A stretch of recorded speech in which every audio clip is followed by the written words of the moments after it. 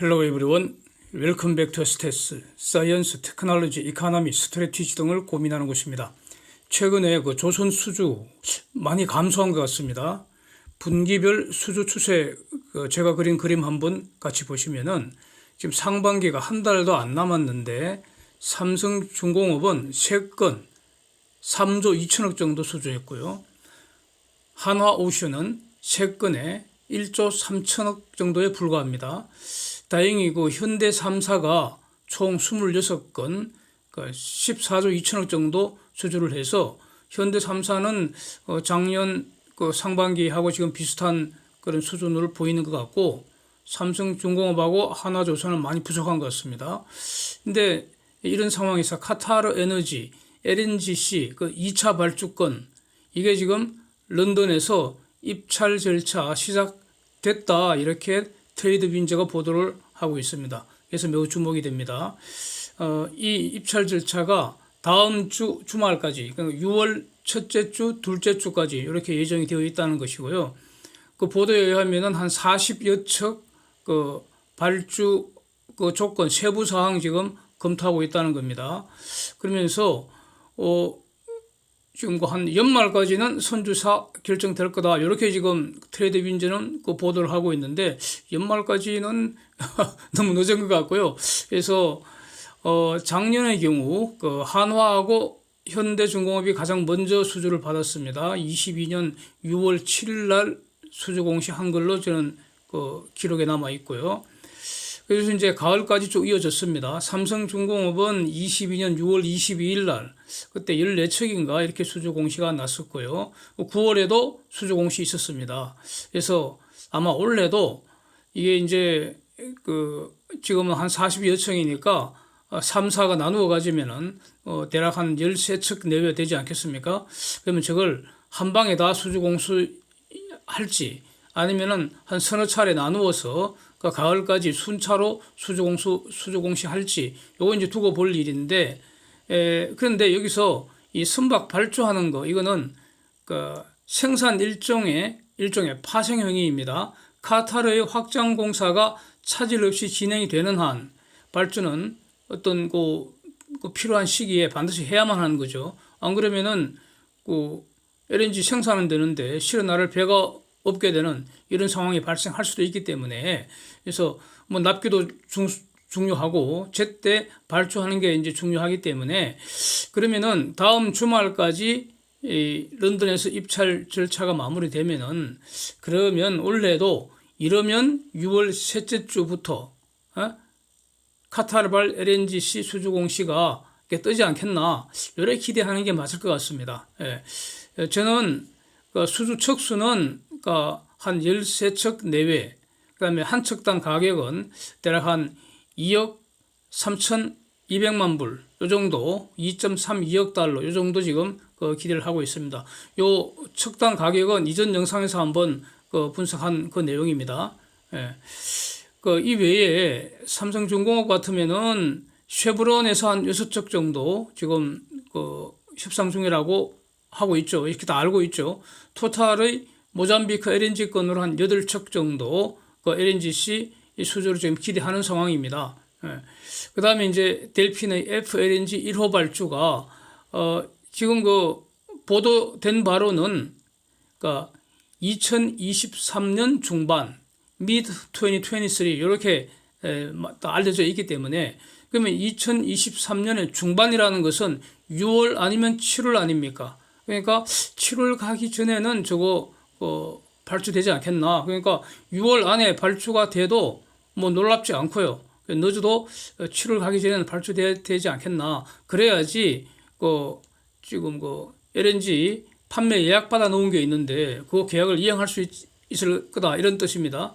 이렇게 이제 기대할 수 있을 것 같습니다. 그런데 저기서 7월 말에는 지금 2분기 실적 발표가 예정되어 있는 거 아닙니까?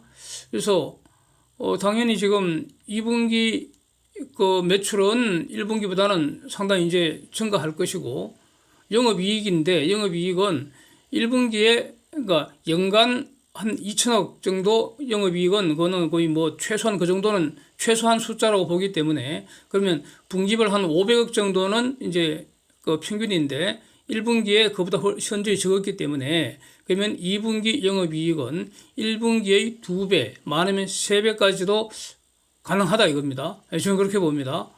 그래서 만약에 위와 같은 그런 그 현재 기대하고 있는 그런 그 수주가 쭉 이어지고 가능성이 높죠. 왜냐하면은 현재까지 수주가 좀 뜸했기 때문에 그러면 남은 6월, 7월 이렇게 수주가 이어지면은 그리고 2분기 실적도 예상처럼 한 1분기보다 영업이익이 한 2~3배 이 정도 수준이 될 가능성이 되면은 그러면은 7월 가기 전에 그 삼성중공업 주가 한 10,000원 돌파하지 않겠습니까? 예, 저게 10,000원을 돌파해야지 그 이자를 떼창을 할 수 있는데 말이죠. 예, 하여튼, 예, 저는 이렇게 기대하고 있습니다. 예.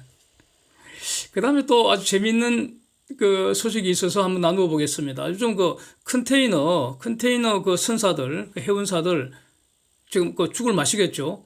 예. 그래서 경영 환경이 그야말로 이제 그 불황이 더 본격적으로 시작되는 것 같은데 여기에 대해서 어떻게 대응하고 있는지 그런 그 내용이 나와서 한번 나누어 보겠습니다.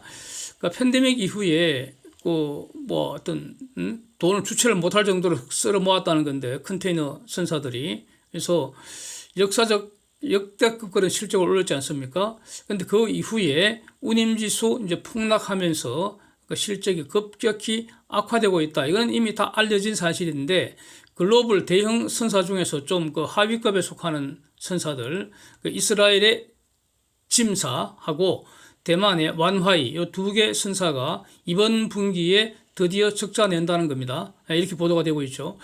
그래서 근데 20년, 21년 그때 컨테이너선 발주가 급증했었죠. 그래서 그 다음에 그 LNGC 그 발주가 급증했던 거 아닙니까?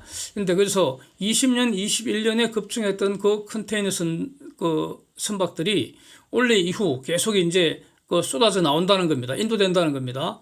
그런데도 그 글로벌 경기는 지금 후퇴 상황이죠. 그래서 앞으로 이 컨테이너 선박 부문은 공급 과잉될 수밖에 없는 거 아니냐. 그래서 운임지수 다시 올라갈 일은 당분간 없을 것 같다는 거죠. 그래서 해운업 잔치는 언제 다시 열릴지 여전히 기약할 수 없는 상황입니다. 지금 이런 상황입니다. 그런데도 불구하고 즉 이렇게 그 해운업 경영 환경은 이제 불황인데도 불구하고 IMO 규제 계속 강화되고요. 유럽에서는 별도로 탄소세까지 시행한다는 거기 때문에 친환경 선박 발주는 계속할 수밖에 없다. 이것도 이전에 이 해운업 분석할 때마다 제가 계속 이렇게 말씀드렸던 내용입니다. 그래서 전체적으로 수익은 줄어드는데 비용은 증가하는 아주 고약한 상황이 지금 전개되고 있습니다. 여기서 그러면 어떻게 대응하고 있느냐? 한마디로 그러니까 선박의 운항 속도를 늦추는 걸로 대응한다는 겁니다. 여기 아주 재미있습니다. 이걸 한번 정리해 보겠습니다. 그 기사 같이 참고하실 수 있습니다. 그래서 클락슨 리서치가 조사를 해봤더니 그러니까 역사상 최저 운항 속도로 지금 컨테이너 선박들이 운항을 하고 있다는 겁니다. 23년 1분기. 이게 클락슨 리서치가 조사한 것이고요. 그 다음에 BIMCO라고 빔코 이거는 발틱 앤드 인터내셔널 머리타임 카운슬 요거 약자인데 요거 아주 매우 중요한 1955년부터 이제 지금까지 계속 활동해 오고 있는 뭐 국제 해운, 해양 무역 이런데 매우 중요한 조직입니다. 그래서 여기서 전망하기로는 컨테이너 선박 운항 속도 앞으로 점점 더 많이 더 느려질 것 같다. 이렇게 분석을 하고 있다는 겁니다. 그래서 가령 팬데믹 기간 동안에는 그때는 수요 엄청 강했죠. 항만이 정체되고 막 그랬기 때문에 선사들은 평균 속도를 한 4%가량 올려서 그래서 고속 운항을 했다는 거죠. 그런데 23년 1분기는 상황이 정반대가 돼서 속도를 대략 한 4% 늦추었다. 감속 운항을 했다. 그게 한 13.8노트가량 됐다는 겁니다. 그 평균 속도가. 그런데 이제 빔코, BIMCO는 한 2025년까지 계속 속도가 줄여서 지금보다 한 10%가량 더 감속될 것 같다. 이렇게 예상을 하고 있다는 겁니다. 예. 그 다음에 또 다른 분석, 알파라이너라는 곳의 어떤 유명한 분석가인 모양인데, 얀 티드만이라는 분, 이분은 그러니까 기본적으로 공급 과잉 해결하기 위한 수단으로 선사들이 통상 사용하는 게 감속 운항이라는 겁니다. 예, 재미있습니다. 그래서 쭉 말씀을 드리고 나서 이 기사 내용을 말씀드리고 나서 제가 판단하는 것을 마지막에 한번 정리하겠습니다. 네. 그래서 벙커링 가격이 하락하면은 운항 속도가 상승하는 경향이 있다는 겁니다. 예? 그래서 최근 2년간 평균 속도가 1노트 정도 감소했다. 이렇게 저거는 얀 티드만이라는 사람이 이제 분석한 것인데 그게 알파라인에 있는 그 데이터라는 겁니다. 그래서 글로벌 평균 속도는 16.5노트가 이제 이게 전체적인 평균인데 그것보다도 1노트 줄었으니까 한 6% 정도 감속해서 운항하고 있다. 이런 뜻입니다. 그래서 선박이 공급 과잉 상태거나 아니면은 연료비가 올라가는 그런 시기에는 선사들이 감속한다는 겁니다. 예. 그런데 환경 규제나 탄소세 이렇게 하면은 이런 것은 결국 연료 비용 상승시키는 효과하고 동일한 효과이기 때문에 그 다음에 지금 앞에서 봤던 20년, 21년에 대규모 발주됐던 컨테이너 선박들이 지금 막 시장 쏟아져 나오기 때문에 그래서 그런데도 불구하고 컨테이너 선박 수요는 지금 매우 낮은 상태이기 때문에 그래서 감속 운항은 앞으로 계속될 것 같다 이런 겁니다. 그래서 재미있는 사례가 나왔는데 가령 머스크하고 MSC 같은 경우에는 이번 달에 아시아하고 유럽 루트에 9척을 이제 추가 선박을 투입한다는데 그러니까 인도 받았다는 거죠. 새로 지은 선박 인도 받아서 이제 새로 투입을 하는데 그러면 운항 속도를 3일 더 늦게 운항되도록 이렇게 조정을 했다는 겁니다. 그렇게 되면은 남는 선박은 없게 된다 이런 뜻입니다. 그 다음에 한국의 HMM도 사례가 나왔는데 컨테이너선의 프로펠러를 교환한다는 겁니다. 좀 천천히 돌아가도록 그렇게 하는 것이 전체적으로 연료비 효율을 높일 수 있다는 겁니다. 이렇게 지금 사례까지 나오고 있습니다.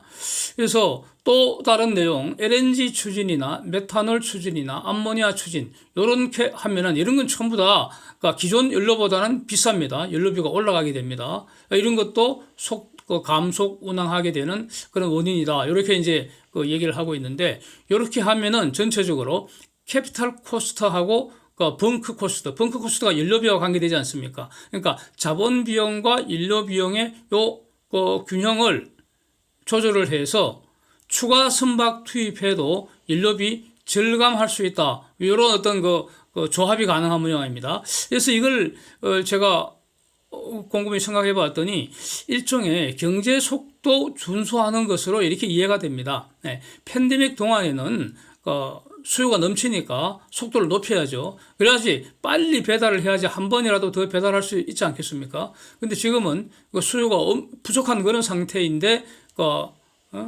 선박 공급은 늘어나고 또 연료비는 올라가는 그런 상황이기 때문에 경제 속도로 감속하는 것이 유리하다. 이렇게 이제 이해가 됩니다. Thanks for watching. See you next.